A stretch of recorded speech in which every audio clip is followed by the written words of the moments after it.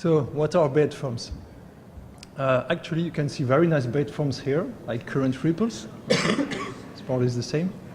So when preserved, these bedforms, or let's say more generally wave-generated structures, they can be linked to depositional settings, and they might help inferring parameters such as the flow regime, the direction, the flow depth, the velocity, etc. So the character of the flow and the morpho-sedimentary setting will combine to determine the configuration of the bed. I mean its geometry, if it's flat, hummocky, rippled, etc. And if any, the size and the shape of the bedforms. Then I will add that the scene deposition preservation of bedforms depends on the relationship between, first, the bed aggradation rate and the migration rate of the bedform itself. These are background elements. So now, what about the hydrodynamical characteristic of a tsunami? Offshore, it's a oscillatory long wave. And during the first phase of inundation, you will have a unidirectional surging flow, sometimes preceded by water withdrawal, and this is characterized by jumps from subcritical to supercritical conditions, mostly depending on the microtopography. Then you have the second phase of inundation, which is mostly pulsing continuous flow. So this is what we call a combined flow with both orbital and unidirectional components.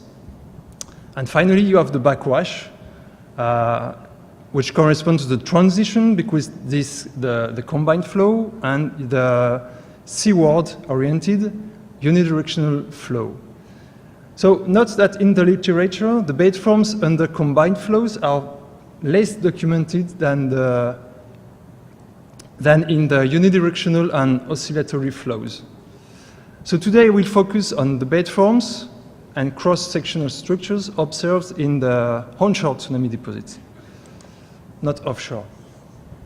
On these graphs, you can see the flood numbers of recent tsunamis, and you see that most of these tsunamis, they are at the transition between the subcritical and the supercritical flow.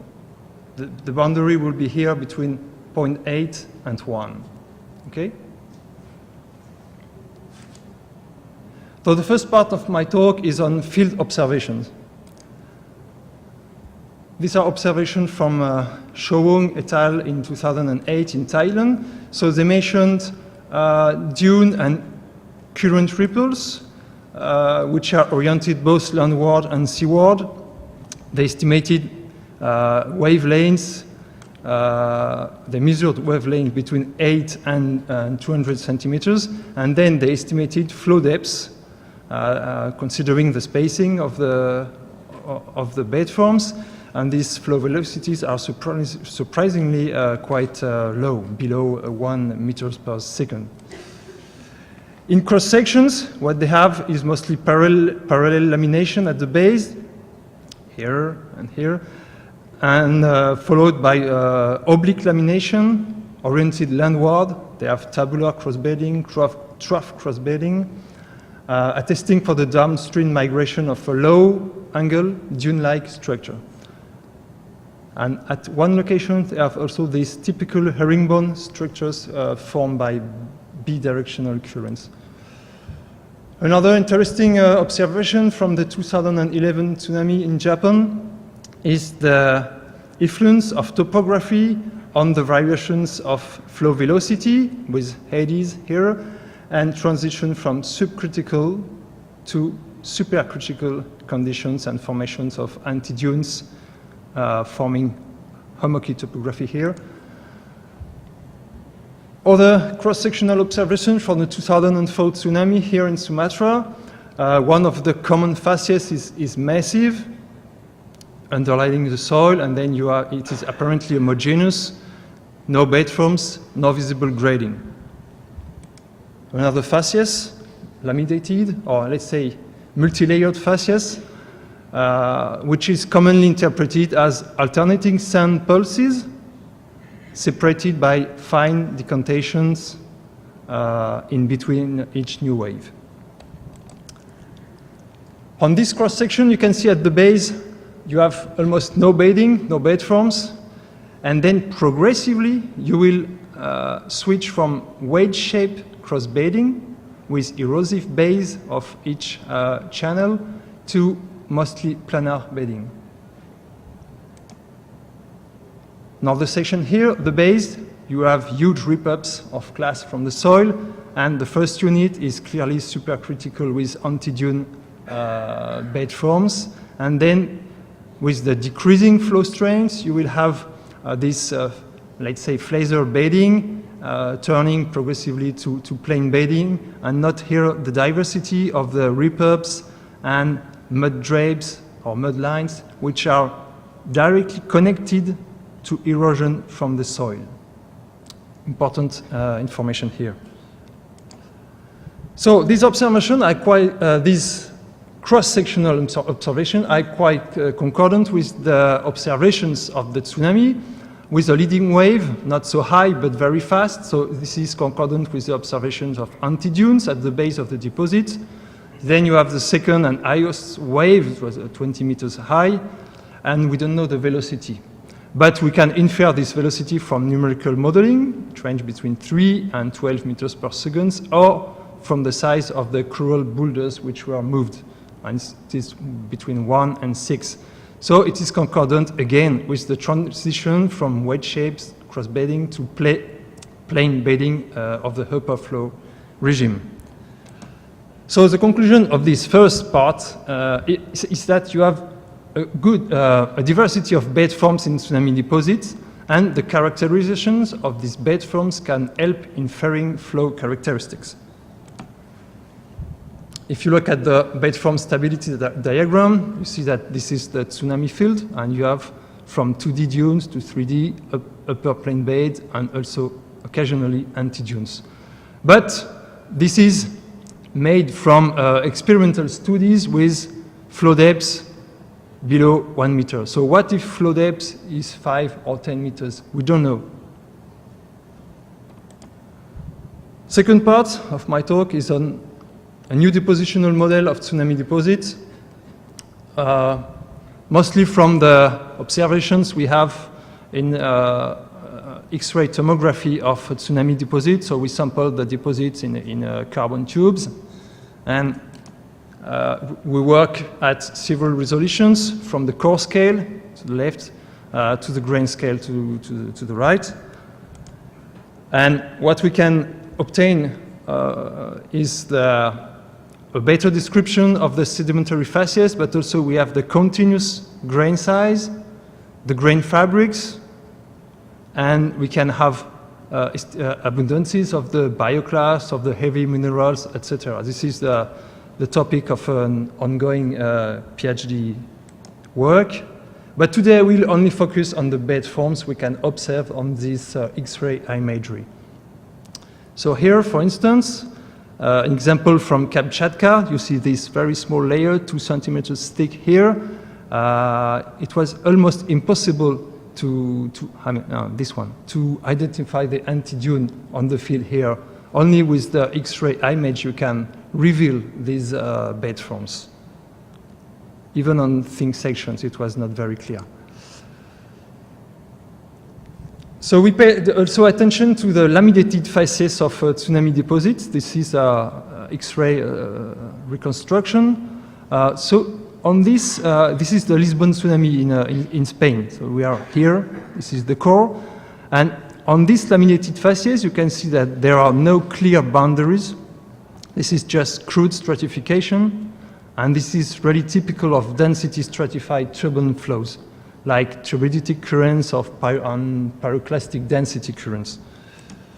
Another example of crude stratification, here you have pumice lines, and in between you have graded sands, but mostly inverse graded, or sometimes you have coarse, fine, and then coarse.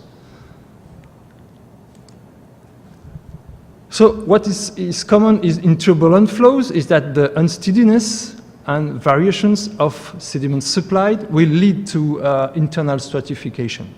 And this is the typology proposed by Son in 1997, And this is a typology of traction carpet deposits. But for me, it really looks like tsunami deposits. Actually, this could be a typology of tsunami deposits, almost.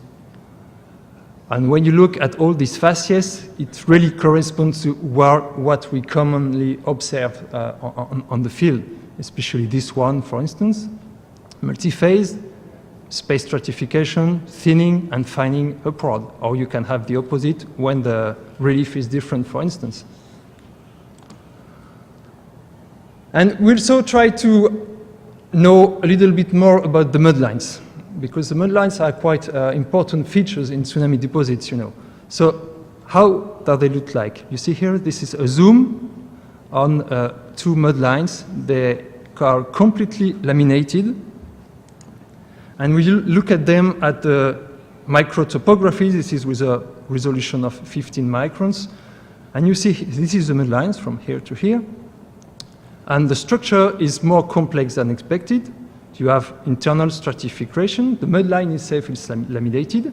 You have, in some places, grading and sand lines coarsening upward with some areas of floating outside clast. For me, it's not decantation at all. Again, you see this mudline completely laminated with rapid change of the grain size, of the grading, etc. And we are trying now to work on the grain fabrics at a voxel resolution of 2 microns, but we still have problems with the ratio signal noise, so we have to work a little bit more on that. Another feature here, inside the mudlines, you see here that you have a vortex just at the top of this finer mud sublayer.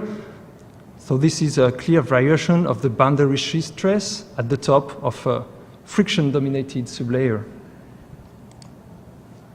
So turbulent flows with high particle concentration are commonly density stratified by non-uniform distribution of particles.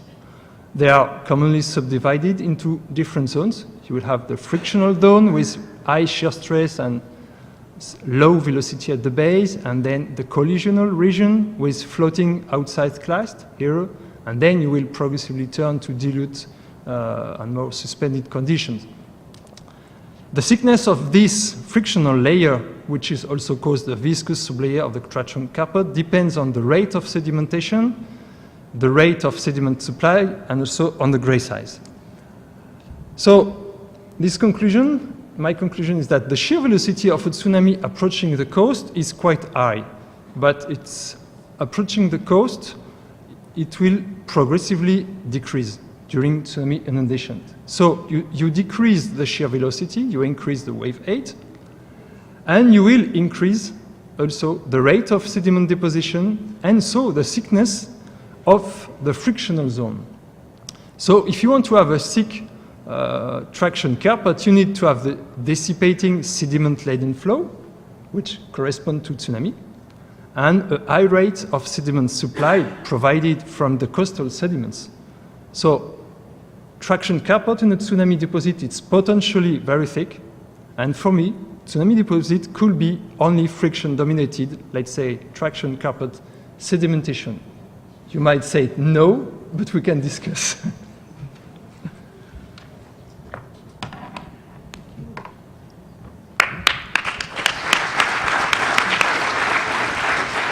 Thank you.